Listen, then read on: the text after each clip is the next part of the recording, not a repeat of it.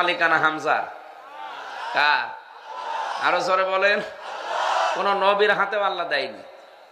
এই জন্য নবীজি নিজের আপন চাচাকেও মুসলমান বানাতে পারেনি।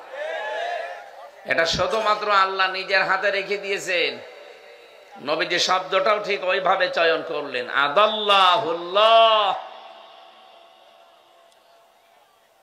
আল্লাহ নিজে তাকে খারাপ বানিয়ে দেবে, গোমরা বানিয়ে দেবে, পথভ্রষ্ট বানিয়ে দেবে। এই হাদিসটা আমরা বিশ্বাস করি 100 ভাগ না 98 ভাগ মানা যাবে তো। এই হাদিসটা এখন বাংলায় ব্যাখ্যা করলে কি কথা বলেন না কেন? যদি কোনো আলেম থাকেন এখানে, আপনি দেখেন, জেনারেল মানুষ যদি না বোঝেন, কোরআনে কারীম যেখানে নেই ওখানে ভালো হওয়ার নিয়ত গেলেও আল্লাহ খারাপ বানিয়ে দেয়। এর একেবারে বাস্তব প্রমাণ কুষ্টিয়ার লালনের মাজার। মানুষ কিন্তু আপনাদের এলাকা থেকে ভালো হওয়ার নিয়তে যায়, বউ, ছেলে, মেয়ে, বেটার বউ সব নিয়ে চলে যাচ্ছে। খারাপ হওয়ার নিয়ত নেই কারো, সবাই যাচ্ছে আল্লাহর ওলির মাজারে। কিন্তু ওখানে কি কোরআন আছে? কোরআনের নিয়ম নীতি চলে? প্রকাশ্য শিরিক চলছে। আর বাংলাদেশে একটা জায়গা যেখানে নিরাপদে গাঁজা খাওয়া যায়, তারপরও পুলিশ পাহারা দিয়ে গাঁজা খাওয়ায়। ওই যে পুলিশ দাঁড়িয়ে আছে, ওরা পাহারা দিয়ে দিয়ে গাঁজা খাওয়ায় যে খা, আমরা আছি। আমার মনে হয় সারা বাংলাদেশে একটাই জায়গা আছে। এরপরেও দেখি আমরা এই জায়গাগুলোতে কোরআন নেই, এজন্য মানুষ আগে বিড়ি খেত না, অনেকে এখানে যাওয়ার পরে বিড়ি খায়। আগে গাঁজা খেত না, এখন গাঁজা খায়। ওকে ভালো হয়েছে না খারাপ হয়ে গেছে? কেন খারাপ হয়ে গেল? কারণ আপনি কোরআন নেই, ওখানে গেলেন কেন? তাহলে আজকে থেকে সিদ্ধান্ত নেওয়া যায় না যে এই দরবারে কোরআন নেই, কোরআনের কর্মসূচি চলে না, শুধু বাবাদের নিয়ম নীতি চলে। ওখানে যদি ভালো হওয়ার নিয়তেও যান, আপনাকে খারাপ বানাবে কে? বা দ্বিতীয় শব্দটা বলবো, বাংলাদেশে যতগুলো রাজনৈতিক দল আছে, যেই দলে কোরআন নেই, কোরআনের কর্মসূচি নেই, ওই দল যদি আমার বাবাও কায়েম করে, ও দলে আমি নেই। এটা অত জোরে বলার দরকার নেই, এটা আবার অনেকে রাজনীতি মনে করে। এটা কি রাজনীতি? আমি হাদিসের বাংলাটা বললাম। পীরের দরবারে গেলে আপনি ভালো হওয়ার নিয়তে যাচ্ছেন, কোরআন নেই, তাহলে আল্লাহ আপনাকে খারাপ বানাবে। রাজনীতি করবেন যেখানে কোরআন নেই, কোরআনের কর্মসূচি চলে না, আপনার নিয়ত ভালো হোক, কিন্তু আপনাকে আল্লাহ খারাপ বানিয়ে দেবে। আপনি তখন পথভ্রান্ত হয়ে যাবেন। এই জন্য আজকের এই ময়দানে যারা এসেছি কোরআনে কারীম শোনার জন্য, কোরআন যদি না থাকতো, হামজা না হামজার বাবা থাকলেও আসতেন না। সুতরাং কোরআনের জন্য যারা এসেছেন, এই কোরআনের সে ক্ষমতা আছে, হুদাল্লিন নাস, মানুষকে হেদায়েত দিতে পারে না? সে ক্ষমতা দিয়ে আল্লাহ তাকে পাঠিয়েছেন। সুতরাং আমরা কোরআনের কাছ থেকে আজকে আমাদের জীবন সংক্রান্ত 4টা নিয়ামতের কথা আল্লাহ স্মরণ করিয়ে দিচ্ছেন। এই কথাগুলো আমাদের জীবনের সাথে একেবারে পাই টু পাই আমরা মিলাবো ইনশাআল্লাহ। এরপরে আজকে এখানে শেষ মোনাজাত করে বাড়ি যাবেন। এর আগে ওঠাউঠি করবেন আর 1 ঘন্টা সময় দেওয়া যাবে না ইনশাআল্লাহ। তাহলে সিদ্ধান্ত যারা নিয়ে ফেলেছেন যেই দলে কোরআন নেই, কোরআনের কর্মসূচি চলে না, ওই দলের প্রতিষ্ঠাতা আমার বাবাও যদি হয়, আমি ওই দলে আর নেই। ওয়াজ তো হয়ে গেছে। এটা মেনে নিলে এই দেশে আর অন্য কোন দল থাকে? কত দল এই দেশে, কোরআন নেই তাদের দলে, কোরআনের কর্মসূচি চলে না, ওদের বাবাদের নিয়ম নীতি চলে, ওদের দলীয় নিয়ম নীতি চলে না। আমার দলীয় নিয়ম নীতি বানানো লাগবে কোরআন কেন্দ্রিক। কথা বলেন। আশা করছি আমার নবীর এই হাদিস আপনি মেনে নিলে কিয়ামতে নবীর সুপারিশ পাবেন, যে আল্লাহ আমাদেরকে এই প্রচন্ড শীতের ভেতরে কোরআনের ময়দানে নিয়ে আসলেন। খুশি হয়ে বলেন আলহামদুলিল্লাহ। দরুদ আর সালাম পড়ছি আমাদের নবী, মানবতার মহান শিক্ষক মুহাম্মদুর রাসূলুল্লাহ সাল্লাল্লাহু আলাইহি ওয়াসাল্লামের প্রতি। আমরা কোরআনে কারীম থেকে সূরা বানী ইসরাঈল একটা মাত্র আয়াত পড়েছি। আয়াতের সংখ্যা 70, 111টা আয়াত আছে, মাত্র একটা আয়াত পড়েছি। এই এক আয়াতের ভেতরে যত কথা আমার এই মাথায় আছে, 1 ঘন্টা 2 ঘন্টা না, এক একটা শব্দের ভেতরে যে সব কথাগুলো আল্লাহ লুকিয়ে রেখেছেন, যদি আমরা তাফসীর আকারে কথা বলি সারা রাত চলে যাবে, আপনি বাড়ি যাবেন না। এত কথা এখানে লুকিয়ে আছে, আমরা আবিষ্কার করার চেষ্টা করব ইনশাআল্লাহ। একটু জবান খুলে কোরআনের এই সোনালী আয়াত পড়েন, যেন প্রতিটি অক্ষরে অন্তত আমলনামায় 10টা করে নেকি হয়। আউযু বিল্লাহি মিনাশ শাইতানির রাজিম। বিসমিল্লাহির রহমানির রহিম। ওয়ালাকাদ কাররামনা বানি আদম ইলা আখির আয়াত। কোন সূরা বললাম যেন? বানি ইসরাইল, একটা বংশের নাম। একটা বংশের নামে আল্লাহ একটা সূরা নাজিল করেছেন। এই বংশে আল্লাহ 70,000-এর উপরে নবী পাঠিয়েছিলেন। একটা দামি বংশ। এই শব্দটা পুরা সূরার ভেতরে কয়েকবার আছে, এখান থেকে এর নামকরণ করা হয়েছে। আমরা আয়াতের তেলাওয়াতকৃত আয়াতের ভেতরে 4টা নিয়ামতের কথা পাবো আল্লাহর। কয়টা? আল্লাহ পাক আয়াত শুরু করার প্রথমে আমাদেরকে গ্যারান্টি দিচ্ছেন 2টা। ওয়ালাকাদ, লাম একটা, কদ একটা। ওয়ালাকাদ কাররামনা বানি আদম, অবশ্যই অবশ্যই আমি আল্লাহ বনি আদম সন্তানকে সম্মান দিয়েছি। আল্লাহ কিন্তু এখানে বলেন নাই যে মুসলমানদেরকে সম্মান দিয়েছি, খ্রিস্টানদের সম্মান দিয়েছি, মুমিন যারা তাদেরকে সম্মান দিয়েছি না। মানুষ পদবাচ্চা যারা বিবেচিত, সে যে ধর্মের লোক হোক, তারই সম্মান আছে না নেই? 4,500 ধর্মের মানুষ এখন পৃথিবীতে বাস করছে, 257টা রাষ্ট্র আছে। যদিও সামনে আমার মনে হচ্ছে রাষ্ট্রের সংখ্যা আরো 6টা বাড়বে। 7 সিস্টার ভেঙে গেলে কাটসাট কথা বলছে, 7 সিস্টার ভেঙে যাবে। আপনি দেখছেন না আজকে সারাদিনের ভেতরে খোঁজ রেখেছেন কি হয়েছে? চীন ওদিকে অন্তত একটা প্রদেশ ওরা থাবা দিয়েছে। আমাদের ডক্টর ইউনূস যদি একটা থাবা দেয়, 6 টুকরা হয়ে গেলে 6টা দেশ বেড়ে যাবে, মানে এটা বাড়বে। আজকে আমেরিকার একজনের কথা শোনেননি যে বাংলাদেশ নিয়ে যে মন্তব্য আপনারা দিচ্ছেন প্রতিবেশী হিসাবে, এটা কিন্তু পৃথিবী গ্রহণ করছে না। এদের স্বাধীন হওয়ার পর থেকে আমাদের পেছনে তারা লেগে আছে, এই প্রতিবেশী নামে কলঙ্ক। এরা প্রতিবেশী যেহেতু পাল্টানো যায় না ভাই, আপনাদেরকে আমরা তো পাল্টাতে পারবো না, আপনারা চরিত্র পাল্টান। এত মিথ্যা কথা বলেন কি করি? সারাটা জীবন ছড়িয়েছেন এই দেশে সংখ্যালঘু নির্যাতন হয়, অথচ ভয়েস অফ আমেরিকা, এরপরে মাইক্রোসফট, এগুলো সব ইহুদি খ্রিস্টানরা চালায়। তারা রিপোর্ট দিচ্ছে সবচাইতে বেশি সংখ্যালঘু নির্যাতন হয় ভারতে। বাংলাদেশে সংখ্যালঘু নির্যাতন আগস্টের 5 তারিখের পর থেকে জানুয়ারির 4 তারিখ পর্যন্ত একটাও হয়নি। যেগুলো হয়েছে কিছু বিচ্ছিন্ন ঘটনা, ওগুলো ওদের দ্বারাই। এই জন্য এই মিথ্যা রিপোর্ট গুলো আপনারা ছড়িয়ে, মাইক্রোসফট রিপোর্ট দিয়েছে সারা পৃথিবীতে মিথ্যায় এগিয়ে আছে সবচাইতে বেশি ভারত। আপনারা কেমন প্রতিবেশী, আপনাদের জন্য বদনাম হয়ে যাচ্ছে। সুতরাং এমন কোন কাজ করবেন না। আপনাদের যেহেতু পাল্টানো যাবে না, মাঝখান থেকে তার সাগর কেটে নদী কেটে আমরা ভাগ করে নিতে পারি না, ল্যান্ড একেবারে সাথে। সুতরাং চরিত্র পাল্টাবে। সারা ভারত এখন ফুঁসে উঠেছে এই উগ্রপন্থী হিন্দু, বিশেষ করে মোদি দাদার বিরুদ্ধে। আপনি মানুষ নামে কলঙ্ক হয়ে যাচ্ছে, মানুষ পদবাচ্চা বিবেচিত, আপনি এটা থাকার যোগ্যতা হারিয়ে ফেলছে। আল্লাহ আপনাকে সম্মান দিয়েছে বনি আদম সন্তান হিসাবে, এই সম্মানটা ধরে রাখা দরকার না? আল্লাহ বলেন আমি বনি আদম সন্তানকে সম্মান দিয়েছি, এটা জীবিত থাকতে এমনকি মরার পরেও।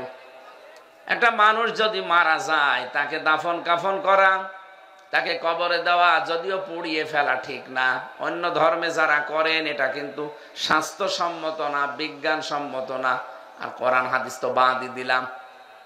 কোথায় পেয়েছেন আপনাদের ধর্মীয় রীতি? এটা আপনাদের ধর্মেও লেখা নেই যে মানুষ পুড়িয়ে ফেলা লাগবে, এটা আপনাদের মানানো নিয়ম। হিন্দুদের যত ধর্মীয় গ্রন্থ আছে আপনি দেখবেন কোন জায়গায় মানুষ মরে গেলে পুড়িয়ে ফেলা লাগবে, কোন জায়গায় নেই। এই নিয়মটা ওরা বানিয়েছে। মানুষ মারা গেলে পর্যন্ত কান কেটে ফেলবেন, নাক কেটে ফেলবেন, জায়েজ আছে না? একটা মরা মানুষেরও আপনি কান কাটতে পারবেন না, নাক কাটতে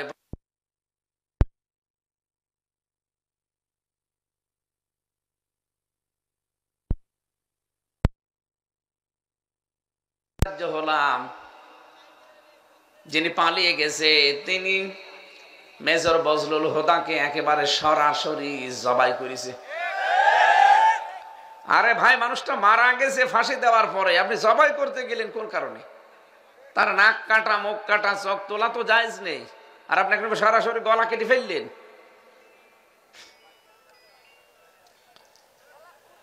মানুষ ইবাদত করবে আল্লাহর ওই দিন পর্যন্ত, ওয়াবুদ রাব্বাকা হাত্তা ইয়াতিয়াকাল ইয়াকিন, যতদিন পর্যন্ত ইয়াকিন না আসে। এখানে ইয়াকিন মানে মৃত্যু, ইয়াকিন মানে কি? যতদিন মরণ না আসে ইবাদত থেকে আপনি পরিত্রাণ পাবেন না। করাই লাগবে আপনাকে ইবাদত, মাস্ট বি আপনাকে ইবাদত করে যাওয়া লাগবে মরণ পর্যন্ত। এরপরে আপনার আর দায়িত্ব নেই, মরে যাবেন, দায়িত্ব শেষ। দায়িত্ব এবার পালন করবে দুনিয়ার জীবিত যারা, তারা যদি আপনাকে কবরে না দেয়, তারা যদি আপনাকে জানাজা না করায়, মাটিতে না দেয়, তাহলে তারা গুনাহগার হবে। কথা বলেন না কেন? আমার দায়িত্ব কোন পর্যন্ত? মরণ। কোন পর্যন্ত? মরণের আগ পর্যন্ত আমার যে সম্মান মর্যাদা আছে, মরণের পরও আমার সম্মান মর্যাদা আছে, কারণ আমি আদম সন্তান। এদের সম্মান নিয়ে সিনেমিনি খেলবা না, কারণ এদের সম্মান আমি দিয়েছি। কি দেখলাম আমরা এই 53.5 বছর হয়ে গেল, এদেশে আদম সন্তানের কোনো সম্মান নেই। এদের সম্মান নিয়ে সিনেমিনে খেলা হয়। কথা বলেন না কেন? কোরআনে কারিমের ভেতরে আমি পড়েছি, কোন জালেম যদি পৃথিবীর ক্ষমতায় বসে, সে 4 প্রকার কাজে হাত দেয়। এটা আছে সূরা নমলের ভেতরে 34 নম্বর আয়াত। ক্বালাতি ইন্নাল মুলুকা ইযা দাখালু ক্বরিয়াতান আফসাদুহা ওয়া জাআলু আ'ইজ্জাতা আহলিহা আদিল্লা ওয়া কাযালিকা ইয়াফআলুন। বলেন আল্লাহু আকবার। রানী বিলকিস এই কথা বলেছিল। বিলকিস রানীর কথা এটা। কলাত, এজন্য কলা দেয়নি, আল্লাহ কলাত দিয়েছেন, এটা মহিলার কথা। ইন্নাল মুলুকা ইযা দাখালু ক্বরিয়াতান আফসাদুহা, সে তার পরিষদবর্গ, সভাসদবর্গ, মন্ত্রীবর্গ যারা আছে তাদেরকে ডাক দিয়ে বলেছিল, দেখো কোন জালিম বাদশা যদি কোনো এলাকা দখল করে, কয়েকটা কাজ সে হাতে নেয়। 1 নম্বরে আফসাদুহা, সেখানে বিশৃঙ্খলা সৃষ্টি করে। 2 নম্বরে ওয়াজাআলু আ'ইজ্জাতা আহলিহা আদিল্লা, সেখানকার সম্মানিত যারা আছে তাদেরকে সে অপমান করে। আমরা দেখতে পেলাম এই 15.5 বছরে এই 2টা কাজ বেশি হয়েছে। এমন কোন দিক বিভাগ নেই যেখানে বিশৃঙ্খলা হয়নি। 2 নম্বরে দেশের সম্মানিত মানুষ যারা, তাদেরকে ধরে ধরে অপমান করা হয়েছে। সিরাজগঞ্জের সন্তান মাওলানা রফিকুল ইসলাম খান, একটা প্রথিতযশা রাজনীতিবিদ, একজন আলেম, তার ডান্ডা বেড়ি পরিয়ে কোর্টে তুলেছে। আরো যত অপমান আছে সব অপমান তাদের উপরে গিয়েছে। যত আলেম আমরা দেখেছি জেলখানায়, আলেমদের ডান্ডা বেড়ি দিয়ে, হাতে হ্যান্ডকাপ দিয়ে, মাজায় দড়ি লাগিয়ে তারা টানতো ছাগলের মতো। আমার মাজায় দড়ি দিয়ে টানতো। বাস্তবতা এইটা, কারণ জালেম যদি কোনো এলাকা দখল করে, ক্ষমতা পায়, ওর প্রথম টার্গেট থাকে ওই এলাকাতে বিশৃঙ্খলা তৈরি করবে। 2 নম্বরে তারা সম্মানিত মানুষদেরকে অপমান করবে। তামাম দুনিয়া যাকে সম্মান দেয়, শহীদ আল্লামা দেলাওয়ার হোসাইন সাইদি রহমতুল্লাহ আলাইহি, তাকে পর্যন্ত তারা কত উল্টা পাল্টা মামলা দিয়ে কত হেনস্তা করেছে। 13টা বছর তার ওই ছোট্ট কুটি ঘরে কেটে গেল। এখনো পর্যন্ত ইসলামী আন্দোলনের সিপাহ সালার জনাব এটিএম আজহারুল ইসলাম আর 17 বছর পর্যন্ত পৌঁছতেছে। কোরআন হাদিস যারা শুনতে আছেন, আমি 2 মিনিটে একটা শিক্ষা বলছি। সূরা ফাতা 18 নম্বর আয়াত, এটা আমি আকিস গ্রুপের মাহফিলে পরশুদিন শিক্ষার জন্য বলেছিলাম। আমি শুধু টাচ দিচ্ছি আপনাদের।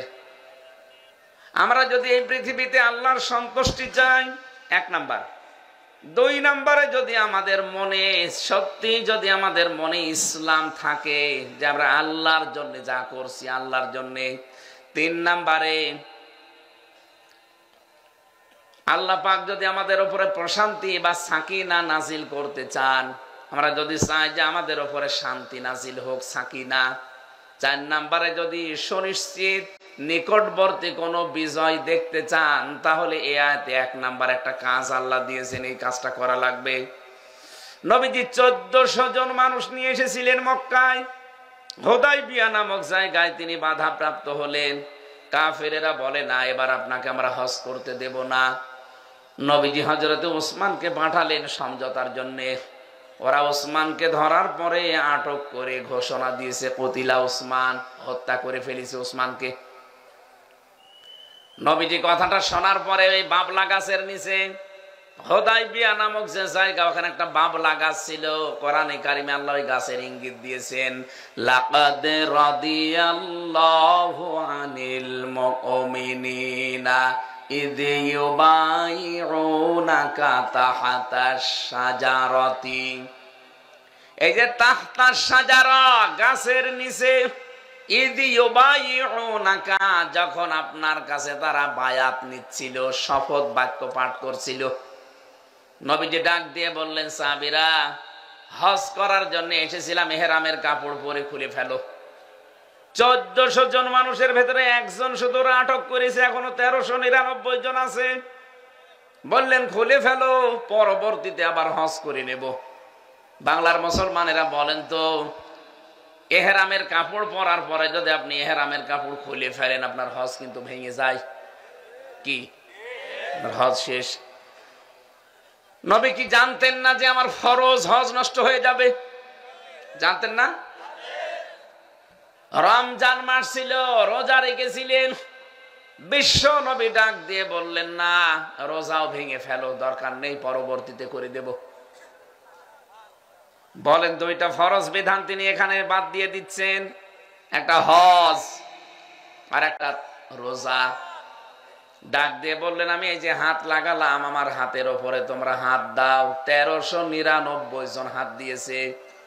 নবীজি নিজে বাম হাতটা উপরে দিয়ে বললেন, আজকের এই বায়াতের রিদওয়ানের উপরে আমার আল্লাহ খুশি হয়ে আয়াত নাজিল করে আমাকে শুনিয়েছে, লাকাদ রাদিয়াল্লাহু আনিল মুমিনিন। এই মুমিনদের উপরে আমার আল্লাহ অবশ্যই রাজি হয়ে গেছেন। রাজি হবেন না, হয়ে গেছেন। রাদিয়া এটা মাজি, অতীতের শব্দ, পাস্ট। আল্লাহ মোজারে যদি দিতেন তাহলে একটু সমস্যা হতো। আল্লাহ মাজি দিয়ে জানিয়েছেন, হে নবী, যারা আপনার হাতে হাত দিয়েছে, ঘোষণা শুনিয়ে দেন, আমি কিন্তু তাদের উপরে রাজি অলরেডি হয়ে গেছি। কি কি বাক্য পাঠ করিয়েছিলেন? নবীজি বলছিলেন, সাহাবীরা, আজকে যেহেতু আল্লাহ এই বায়াতের উপরে রাজি অলরেডি হয়ে গেছে, আমার উসমান তো এখানে নেই, আমি এই বাম হাতটা উপরে দিয়ে দিলাম, আমার এটা উসমানের হাত হিসাবে আল্লাহ যেন কবুল করে নেয়। তোমাদেরকে আমি একটা বাক্য পাঠ করালাম, আজকে বিনা কারণে একটা নিরপরাধ মানুষকে ওরা আটক করে মেরে ফেলেছে, যদিও মারে নাই, কিন্তু ঘোষণা তো দিয়ে দিয়েছে, কতিলা ওসমান, ওসমানকে মেরে ফেলেছি। নবীজি বললেন, যারা একটা বিনা অপরাধে একটা মানুষকে মেরে ফেলতে পারে, ওসমান হত্যার বদলা না নিয়ে আমরা কেউ মদিনায় ফেরত যাব না। ফরজ বিধান ছেড়ে দিলেন কয়টা? আরো জোরে বলেন। কি বাক্য পাঠ করাচ্ছেন দেখেছেন? যে বিনা অপরাধে একটা মানুষকে, ওরা নিরপরাধ মানুষকে মেরে ফেলেছে, ওদেরকে আমরা প্রতিশোধ না নিয়ে বাড়ি ফেরত যাব না। ওরা এই ঘোষণা শোনার পরে ওসমানকে ছেড়ে দিয়েছে। আর 15.5 বছরে যত মানুষকে বিনা অপরাধে আটক করে রাখা হয়েছিল, যত মানুষকে খুন গুম আয়না ঘরে রেখে জীবনটা শেষ করে দিয়েছেন, সত্যিই যদি আমরা আল্লাহর সন্তুষ্টি চাইতাম, যারা মন থেকে ফালিমা মাফি কুলুবিহিম, এর পরের শব্দ এটা, হে নবী, এরা কিন্তু যা করছে আপনার হাতে হাত দিয়ে লোক দেখানোর জন্য না, মন থেকে করছে। এদের কলবের খবর তো আমি আল্লাহ জানি। ফানজালাস সাকিনাতা আলাইহিম, এদের এই যে মন থেকে এই অ্যাক্টিভিটিস, এই কাজকর্ম দেখে আমি আল্লাহ রাজি হয়ে গেছি। আমি আল্লাহ ওদের উপরে আমার করুণা, সাকিনা, প্রশান্তি নাজিল করে দিলাম। ওয়াসাবাহুম ফাতাহান করিবা, ওদেরকে আমি একটা সুপ্রসন্ন, নিশ্চিত এবং নিকটবর্তী একটা বিজয়ের সুসংবাদ দিয়ে দিলাম। ওরা যে একটা নিরপরাধ মানুষের পক্ষে দাঁড়িয়ে জীবন দেওয়ার জন্য 1399 জন দাঁড়িয়ে গেছে, আমি এত খুশি হয়েছি। ওদের ওপর আমি কয়েকটা নিয়ামতের কথা ঘোষণা দিলাম। 1 নম্বরে ওদের মনের খবর আমি জেনে খুশি হয়ে গেলাম। 2 নম্বরে আমার সাকিনা নাজিল করলাম। 3 নম্বরে একটা নিকটবর্তী বিজয়ের সুসংবাদ দিলাম। কি কাজ করেছিল তারা বলেন তো? একটা নিরপরাধ মানুষের পক্ষে দাঁড়িয়েছে জীবন দেওয়ার জন্য। আজ বাংলার মানুষের আমরা যদি দল মত নির্বিশেষে নিরপরাধ মানুষকে আপনি ধরে ধরে আটক করবেন, জেলে দেবেন, রিমান্ডে নেবেন, মেরে ফেলবেন, সেই প্রথমেই দাঁড়িয়েছে তা 18 কোটি মানুষ না, এটা হতে দেব না। এমনি জালেমরা আলেমদেরকে ছেড়ে দিত ভয়। ওরা যেমন ওসমানকে শুধু ভয় পেয়ে ছেড়ে দিয়েছে, আমার তো মনে হয় এখন বাংলাদেশের জন্য সব চাইতে বড় দায়িত্ব, যারা ইমানদার দাবি করেন, যারা আল্লাহর সন্তুষ্টি চান, যতগুলো মানুষ বিনা কারণে 17 বছর জেল খাটে, তাদের পক্ষে একটা আওয়াজ অন্তত তোলা দরকার যে তাদেরকে মুক্তি করা না পর্যন্ত বাড়ি যাব না। কথা বলেন।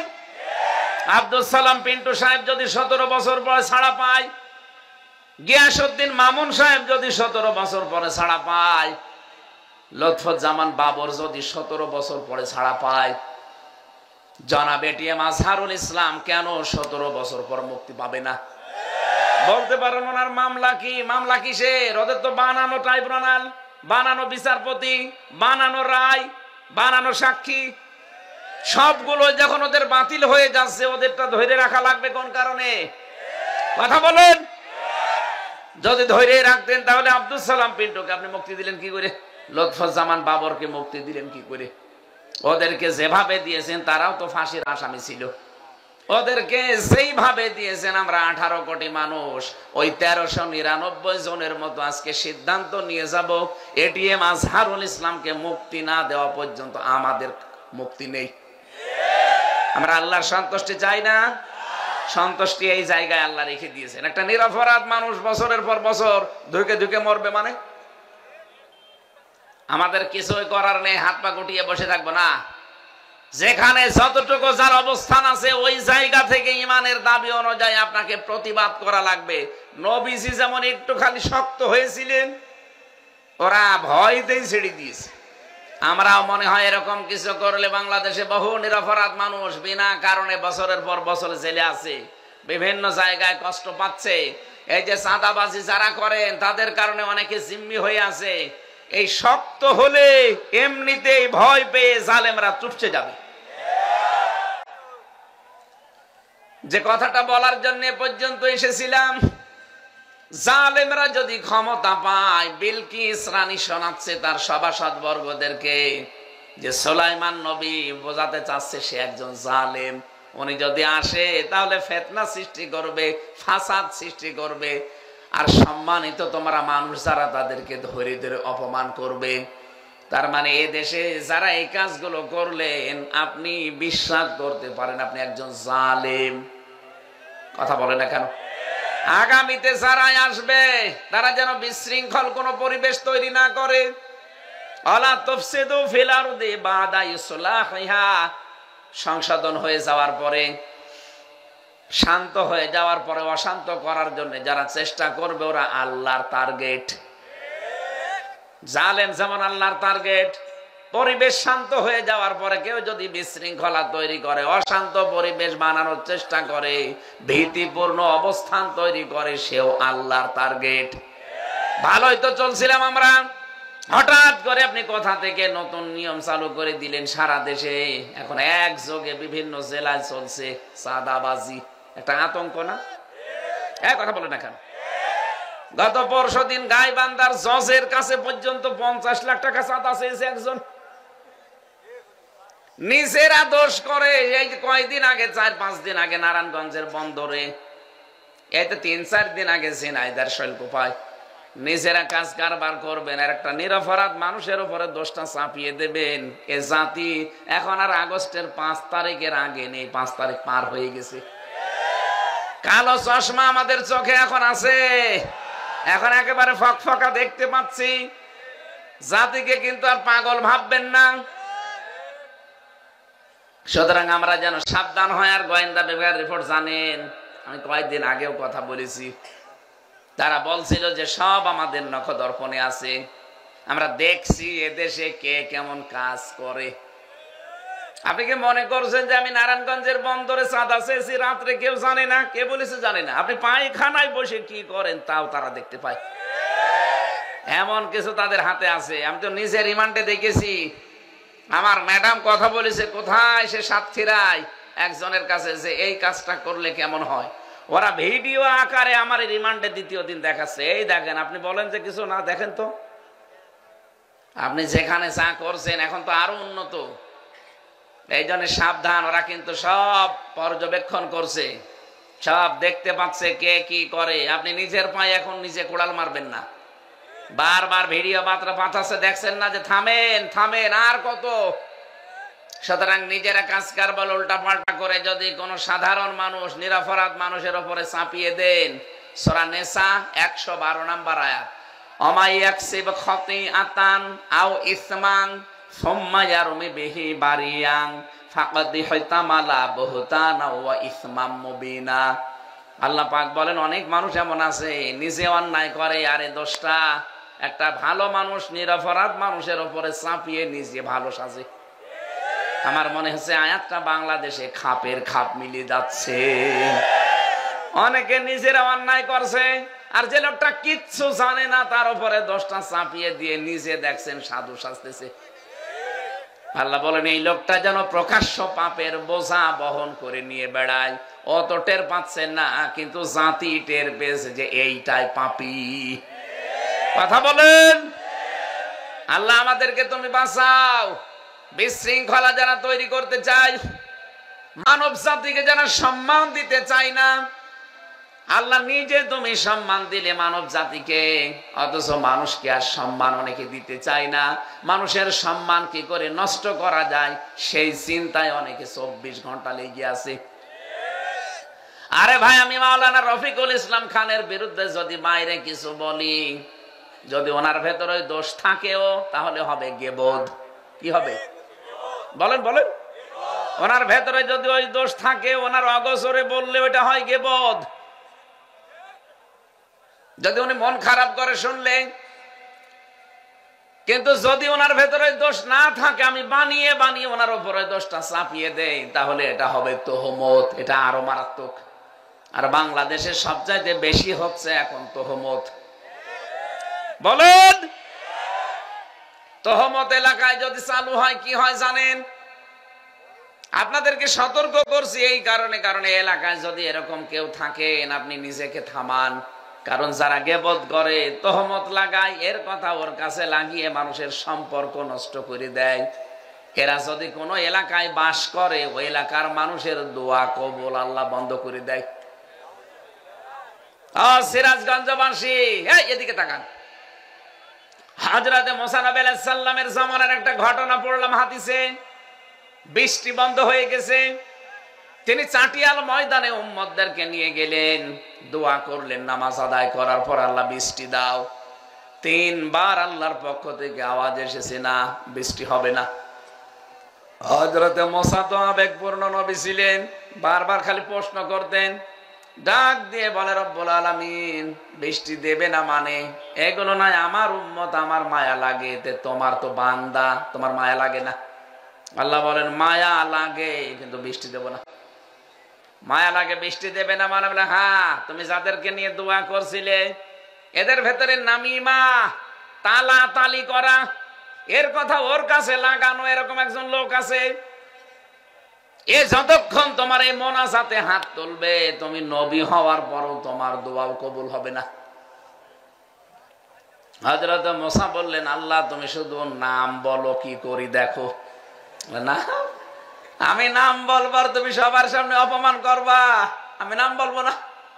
হযরত মুসা বলে আল্লাহ আমি কিভাবে বুঝবো, আমি তো আর আলিম বিযাতিস সুদূর না যে মানুষের মনের খবর জানি। আল্লাহ তাআলা বললেন তোমাকে একটা বুদ্ধি দেই, সবাইকে নিয়ে তুমি তওবা করবা, তাহলে ওই লোকটাও তওবা করবে। তওবা করার পরে আমার কাছে কিছু বলো দেখি আমি কি করি।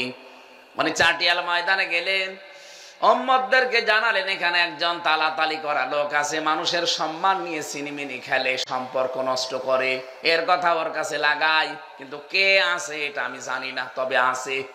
সেই লোকটা যতক্ষণ পর্যন্ত এখানে থাকবে আমাদের কারো দোয়া কবুল হবে না। এই জন্য আমরা চাই এখন আমরা তওবা করব, সেই লোকটাও যেন আমাদের সাথে তওবা করে। তওবার নিয়ম কিন্তু তিনটা, আপনারা জানেন হয়তো। তওবা 1 নম্বরে স্বীকৃতি দেওয়া, 2 নম্বরে অনুশোচনা করা, অনুতপ্ত হওয়া, 3 নম্বরে জীবনে কাজ আর করব না বলে ফিরে আসা। কথা বুঝতেছেন? হযরতে মুসা তওবা করালেন তাদেরকে। এই 3টা শর্ত মেনে যখন সবাই তওবা করেছে, তওবা করার পরে